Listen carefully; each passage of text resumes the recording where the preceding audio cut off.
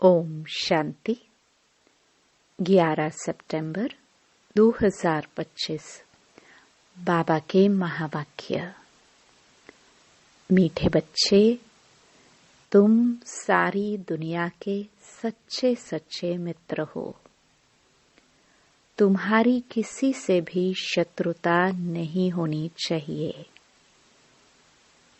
प्रश्न: तुम रूहानी मिलिट्री हो। तुम्हें बाप का कौन सा डायरेक्शन मिला हुआ है जिसे अमल में लाना है? उत्तर: तुम्हें डायरेक्शन है कि बैज सदा लगाकर रखो। कोई भी पूछे यह क्या है, तुम कौन हो, तो बोलो हम हैं सारी दुनिया से काम की अग्नि को बुझाने वाले फायर ब्रिगेड। इस समय सारी दुनिया में काम अग्नि लगी हुई है। हम सबको संदेश देते हैं, अब पवित्र बनो, दैवी गुण धारण करो तो बेड़ा पार हो जाएगा। ओम शांति। मीठे मीठे रूहानी बच्चे सहज याद में बैठे हैं। कोई कोई को डिफिकल्ट लगता है, बहुत मूंझते हैं। हम टाइट अथवा स्ट्रिक्ट होकर बैठे। बाप कहते हैं ऐसी कोई बात नहीं है, कैसे भी बैठो, बाप को सिर्फ याद करना है। इसमें मुश्किलात की कोई बात नहीं। वह हठ योगी ऐसे टाइट होकर बैठते हैं, टांग टांग पर चढ़ाते हैं। यहाँ तो बाप कहते हैं आराम से बैठो, बाप को और 84 के चक्र को याद करो। यह है ही सहज याद।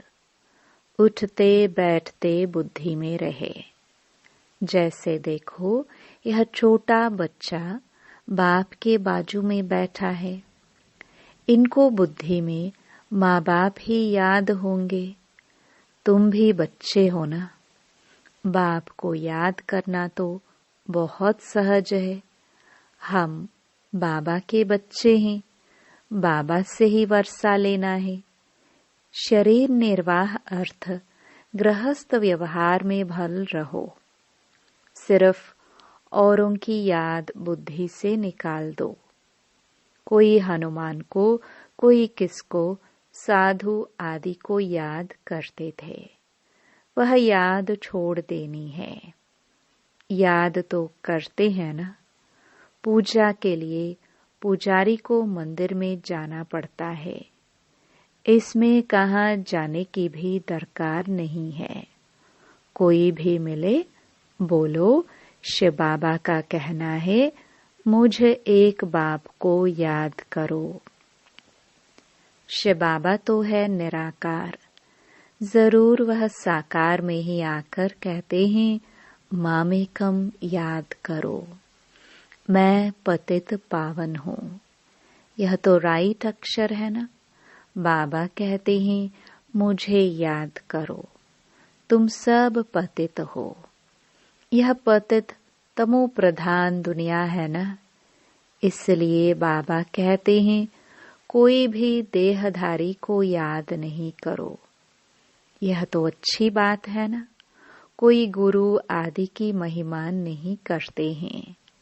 बाप सिर्फ कहते हैं मुझे याद करो तो तुम्हारे पाप कट जाएंगे। यह है योग बल अथवा योग अग्नि। बेहद का बाप तो सच कहते हैं ना। गीता का भगवान निराकार ही है, श्री कृष्ण की बात नहीं। भगवान कहते हैं सिर्फ मुझे याद करो, और कोई उपाय नहीं। पावन होकर जाने से ऊंच पद पाएंगे, नहीं तो कम पद हो जाएगा। हम तुमको बाप का संदेश देते हैं, मैं संदेशी हूँ। इस समझाने में कोई तकलीफ नहीं है। माताएं अहिल्याएं कुब्जाएं भी ऊंच पद पा सकती हैं, चाहे यहाँ रहने वाले हो, चाहे घर गृहस्थ में रहने वाले हो। ऐसे नहीं कि यहाँ रहने वाले जास्ती याद कर सकते हैं।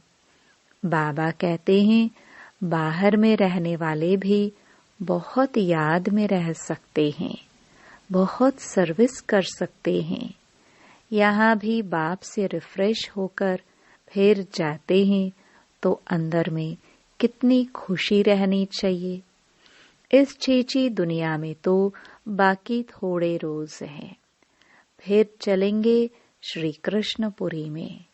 श्री कृष्ण के मंदिर को भी सुखधाम कहते हैं। तो बच्चों को अपार खुशी होनी चाहिए, जबकि तुम बेहद के बाप के बने हो। तुमको ही स्वर्ग का मालिक बनाया था। तुम भी कहते हो बाबा 5000 वर्ष पहले भी हम आपसे मिले थे और फिर मिलेंगे। अब बाप को याद करने से माया पर जीत पानी है। अब इस दुखधाम में तो रहना नहीं है। तुम पढ़ते ही हो सुखधाम में जाने के लिए। सबको हिसाब किताब चुकतो कर वापस जाना है। मैं आया ही हूँ नई दुनिया स्थापन करने। बाकी सब आत्माएं चली जाएंगी मुक्ति धाम। बाप कहते हैं मैं कालों का काल हूँ। सबको शरीर से छुड़ाए और आत्माओं को ले जाऊंगा।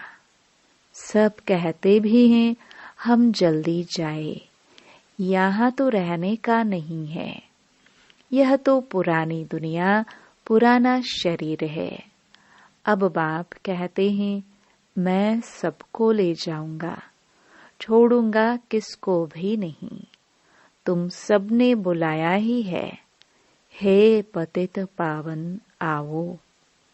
भल याद करते रहते हैं, परंतु अर्थ कुछ भी नहीं समझते हैं। पतित पावन की कितनी धुन लगाते हैं, फिर कहते हैं रघुपति राघव राजा राम। अब शिव बाबा तो राजा बनते नहीं, राजाई करते नहीं। उनको राजा राम कहना रॉन्ग हो गया। माला जब सिमरते हैं तो राम राम कहते हैं। उसमें भगवान की याद आती है। भगवान तो है ही शिव। मनुष्यों के नाम बहुत रख दिए हैं। श्री कृष्ण को भी श्याम सुंदर, वैकुंठनाथ, मक्खन चोर आदि आदि बहुत नाम देते हैं। तुम अभी श्री कृष्ण को मक्खन चोर कहेंगे? बिल्कुल नहीं।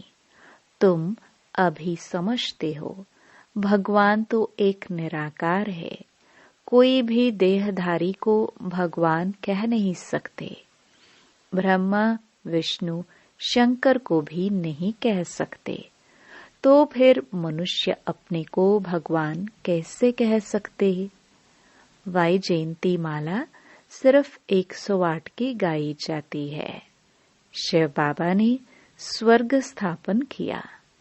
उनके यह मालिक है। जरूर उससे पहले उन्होंने यह पुरुषार्थ किया होगा। उसको कहा जाता है कलयुग अंत, सतयुग आदि का संगम युग। यह है कल्प का संगम युग।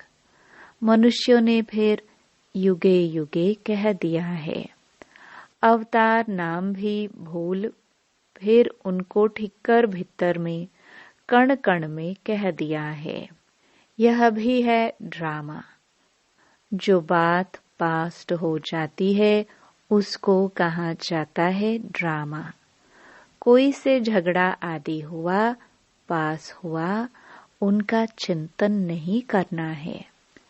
अच्छा, कोई ने कम जास्ती बोला, तुम उनको भूल जाओ। कल्प पहले भी ऐसे बोला था। वह बातें याद रहने से फिर बिगड़ते रहेंगे। वह बात फिर कभी भूलो भी नहीं। तुम बच्चों को सर्विस तो करनी ही है ना। सर्विस में कोई विघ्न नहीं पड़ना चाहिए। सर्विस में कमजोरी नहीं दिखानी चाहिए। शिव बाबा की सर्विस है ना, उनमें कभी जरा भी ना नहीं करना चाहिए, नहीं तो अपना पद भ्रष्ट कर देंगे। बाप के मददगार बने हो तो पूरे मदद देनी है। बाप की सर्विस करने में जरा भी धोखा नहीं देना है। पैगाम सबको पहुंचाना ही है। बाप कहते रहते हैं, म्यूजियम का नाम ऐसा रखो जो मनुष्य देख अंदर घुसे और आकर समझे, क्योंकि यह नई चीज है ना। मनुष्य नई चीज देख अंदर घुसते हैं। आजकल बाहर से आते हैं भारत का प्राचीन योग सीखने। अब प्राचीन अर्थात पुराने ते पुराना, वह तो भगवान का ही सिखाया हुआ है, जिसको 5000 वर्ष हुए हैं। सतयुग त्रेता में योग होता नहीं। जिसने सिखाया वह तो चला गया। फिर जब 5000 वर्ष बाद आए तभी आकर राजयोग सिखाए। प्राचीन अर्थात 5000 वर्ष पहले भगवान ने सिखाया था। वही भगवान फिर संगम पर ही आकर राजयोग सिखलाएंगे, जिससे पावन बन सकते हैं। इस समय तो तत्व भी तमो प्रधान है। पानी भी कितना नुकसान कर देता है। उपद्रव होते रहते हैं पुरानी दुनिया में। सतयुग में उपद्रव की बात ही नहीं। वहां तो प्रकृति दासी बन जाती है। यहाँ प्रकृति दुश्मन बनकर दुख देती है। इन लक्ष्मी नारायण के राज्य में दुख की बात नहीं थी। सतयुग था। अभी फिर वह स्थापन हो रहा है। बाप प्राचीन राजयोग सिखा रहे हैं, फिर 5000 वर्ष बाद सिखाएंगे। जिसका पाठ है वही बजाएंगे। बेहद का बाप भी पाठ बजा रहे हैं। बाप कहते हैं, मैं इनमें प्रवेश कर स्थापना कर चला जाता हूँ। हाहाकार के बाद फिर जय जयकार हो जाती है। पुरानी दुनिया खत्म हो जाएगी। इन लक्ष्मी नारायण का राज्य था तो पुरानी दुनिया नहीं थी। 5000 वर्ष की बात है। लाखों वर्ष की बात हो नहीं सकती। तो बाप कहते हैं, और सब बातों को छोड़ इस सर्विस में लग जाओ, अपना कल्याण करने। रूठकर सर्विस में धोखा नहीं देना चाहिए। यह है ईश्वरीय सर्विस। माया के तूफान बहुत आएंगे, परंतु बाप की ईश्वरीय सर्विस में धोखा नहीं देना है। बाप सर्विस अर्थ डायरेक्शन तो देते रहते हैं। मित्र संबंधी आदि जो भी आए, सबके सच्चे मित्र तो तुम हो। तुम ब्रह्मा कुमार कुमारियां तो सारी दुनिया के मित्र हो, क्योंकि तुम बाप के मददगार हो। मित्रों में कोई शत्रुता नहीं होना चाहिए। कोई भी बात निकले, बोलो शिव बाबा को याद करो। बाप की श्रीमत पर लग जाना है, नहीं तो अपना नुकसान कर देंगे। ट्रेन में तुम आते हो, वहां तो सब फ्री है। सर्विस का बहुत अच्छा चांस है। बैज तो बहुत अच्छी चीज है, हर एक को लगा कर रखना है। कोई पूछे आप कौन हो, तो बोलो हम हैं फायर ब्रिगेड। जैसे वह फायर ब्रिगेड होते हैं आग को बुझाने के लिए। तो इस समय सारी सृष्टि में काम अग्नि में सब जले हुए हैं। अब बाप कहते हैं काम महाशत्रु पर जीत पहनो। बाप को याद करो, पवित्र बनो, दैवी गुण धारण करो तो बेड़ा पार है। यह बाज श्रीमत से ही तो बने हैं। बहुत थोड़े बच्चे हैं जो बाज पर सर्विस करते हैं। बाबा मुरलियों में कितना समझाते रहते हैं। हर एक ब्राह्मण के पास यह बाज होना चाहिए। कोई भी मिले उनको इस पर समझाना है। यह है बाबा, इनको याद करना है। हम साकार की महिमा नहीं करते। सर्व का सद्गति दाता एक ही निराकार बाप है, उनको याद करना है। याद के बल से ही तुम्हारे पाप कट जाएंगे, फिर अंतमति सोगति हो जाएगी। दुख दाम से छूट जाएंगे, फिर तुम विष्णुपुरी में आ जाएंगे। कितनी बड़ी खुशखबरी है। लिटरेचर भी दे सकते हो। बोलो तुम गरीब हो तो फ्री दे सकते हैं। साहूकारों को तो पैसा देना ही चाहिए, क्योंकि यह तो बहुत छपाने होते हैं। यह चीज ऐसी है जिससे तुम फकीर से विश्व का मालिक बन जाएंगे। समझानी तो मिलती रहती है। कोई भी धर्म वाला हो, बोलो वास्तव में तुम आत्मा हो। अपने को आत्मा समझ बाप को याद करो। अब विनाश सामने खड़ा है।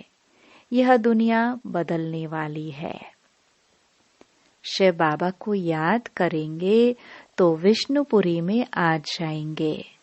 बोलो यह आपको करोड़ों पद्मों की चीज देते हैं। बाबा ने कितना समझाया है। बैज पर सर्विस करनी है, परंतु बैज लगाते नहीं। लज्जा आती है। ब्राह्मणियां जो पार्टी लेकर आती है अथवा कहाँ ऑफिस आदि में अकेले जाती है, तो यह बैज जरूर लगा रहना चाहिए।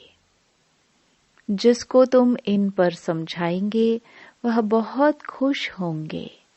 बोलो हम एक बाप को ही मानते हैं, वही सबको सुख शांति देने वाला है।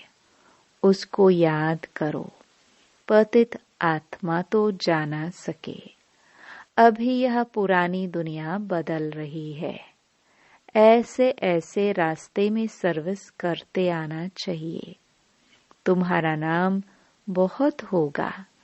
बाबा समझाते हैं, शायद लज्जा आती है जो बैज पहन सर्विस नहीं करते हैं। एक तो बैज सीढ़ी का चित्र अथवा त्रिमूर्ति, गोला और झाड़ का चित्र साथ में हो। आपस में बैठ एक दो को समझाओ तो सब इकट्ठे हो जाएंगे। पूछेंगे ये क्या है?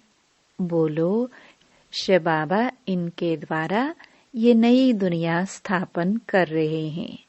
बाप कहते हैं मुझे याद करो, पवित्र बनो।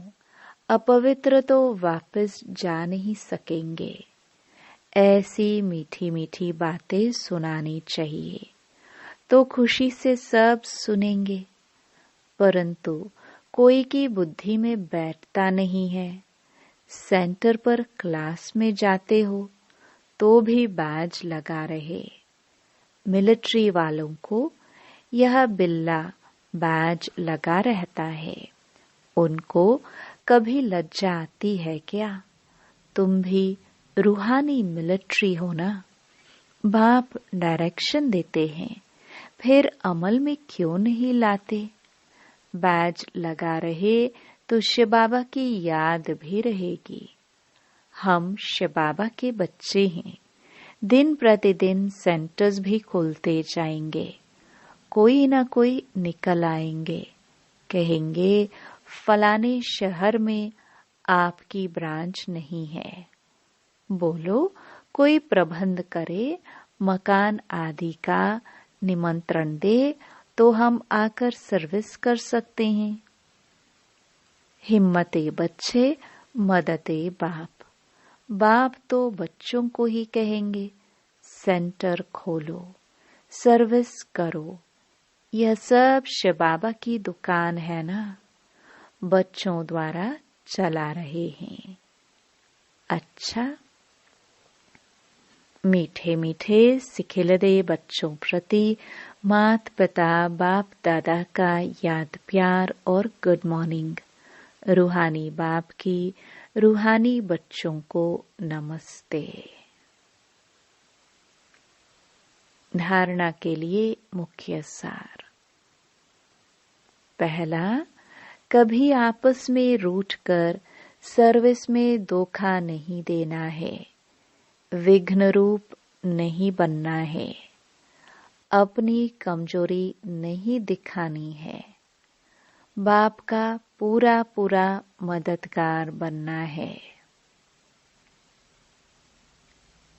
दूसरा, कभी कोई से झगड़ा आदि हुआ, पास हुआ, उनका चिंतन नहीं करना है। कोई ने कम जास्ती बोला, तुम उनको भूल जाओ, कल्प पहले भी ऐसे बोला था, वह बात फिर कभी बोलो भी नहीं। वरदान, शांति के दूत बन सर्व को शांति का संदेश देने वाले मास्टर शांति शक्ति दाता भव। आप बच्चे शांति के मैसेंजर, शांति के दूत हो। कहाँ भी रहते सदा अपने को शांति का दूत समझकर चलो। शांति के दूत हैं, शांति का संदेश देने वाले, इससे स्वयं भी शांत स्वरूप शक्तिशाली रहेंगे और दूसरों को भी शांति देते रहेंगे। वह अशांति दे, आप शांति दो। वह आग लगाए, आप पानी डालो। यही आप शांति के मैसेंजर, मास्टर शांति शक्ति दाता बच्चों का कर्तव्य है। स्लोगन, जैसे आवाज में आना सहज लगता है, वैसे आवाज से परे जाना भी सहज हो। अव्यक्त इशारे। अब लगन की अग्नि को प्रज्वलित कर योग को ज्वाला रूप बनाओ।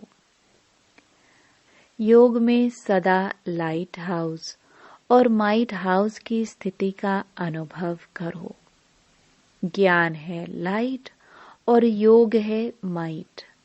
ज्ञान और योग दोनों शक्तियां लाइट और माइट संपन्न हो। इसको कहते हैं मास्टर सर्वशक्तिमान। ऐसे शक्तिशाली आत्माएं किसी भी परिस्थिति को सेकंड में पार कर लेती हैं। ओम शांति।